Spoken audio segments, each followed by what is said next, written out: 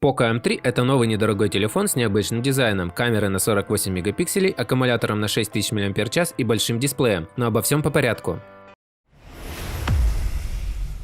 Poco M3 поставляется в желтой упаковке с черными надписями, прям инверсия коробки Poco X3. Комплект стандартный: сам телефон, кабель USB Type-C, зарядный адаптер на 22,5 Вт, силиконовый чехол, который полностью обволакивает модуль камер, не то что в Poco X3.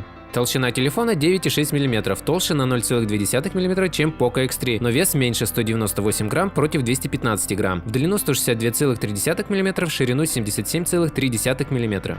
Задняя панель пластиковая, на вид с имитацией искусственной кожи. Такая поверхность лучше, чем у Poco X3, не будут оставаться отпечатки пальцев. Ушли от глянца – это шаг вперед. В привычном месте расположен прямоугольный модуль камер, смещен влево. Обыграно все это черной пластиковой площадкой с нанесением логотипа в правой части. Модуль камер выпирает на 1 мм. Этот модуль состоит из трех камер. Основная камера на 48 мегапикселей с диафрагмой 1,79, макрокамера на 2 мегапикселя с диафрагмой 2,4 и датчик глубины на 2 мегапикселя. На верхней грани ИК-порт, разъем 3,5 мм, отверстие динамика и микрофон.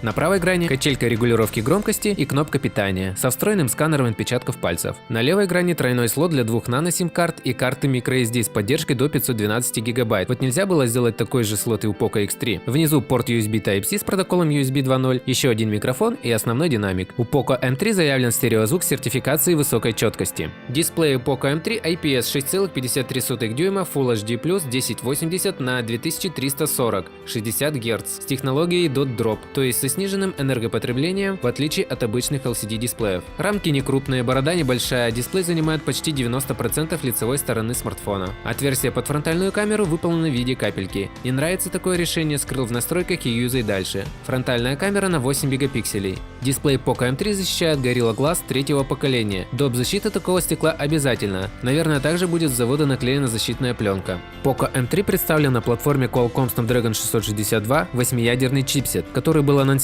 в начале 2020 года и изготавливается по 11-нанометровому техпроцессу. 4 ядра работают на частоте 2 ГГц и 4 на 1,8 ГГц. Чипсет включает в себя графический процессор Andera 610. Имеется две конфигурации на 64 ГБ флеш-памяти стандарта UFS 2.1 и версия на 128 ГБ, но стандарт памяти здесь UFS 2.2. Основное различие между UFS 2.2 и UFS 2.1 – это увеличенная скорость записи. Этот показатель заметно влияет на быстродействие устройства и некоторых задач. Оперативная память у обоих версий типа LPDDR4X на 4 ГБ. Все это работает на MIUI 12 Android 10.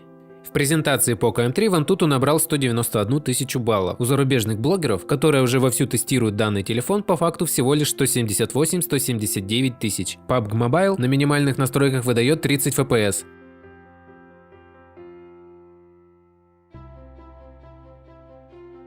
В целом такой производительности с лихвой хватит для повседневных задач. Телефон поддерживает почти все возможные бенды в сетях 4G, 3G и 2G. Поддерживает Wi-Fi сети диапазона 2,4 и 5 ГГц. Также в телефоне есть радио и Bluetooth 5.0. NFC отсутствует. Навигация, GPS, GLONASS и другие. Примеры качества съемки камеры. Фото в дневное время нормальные. При записи видео в 1080 30 FPS не хватает стабилизации. Ночные снимки приемлемые.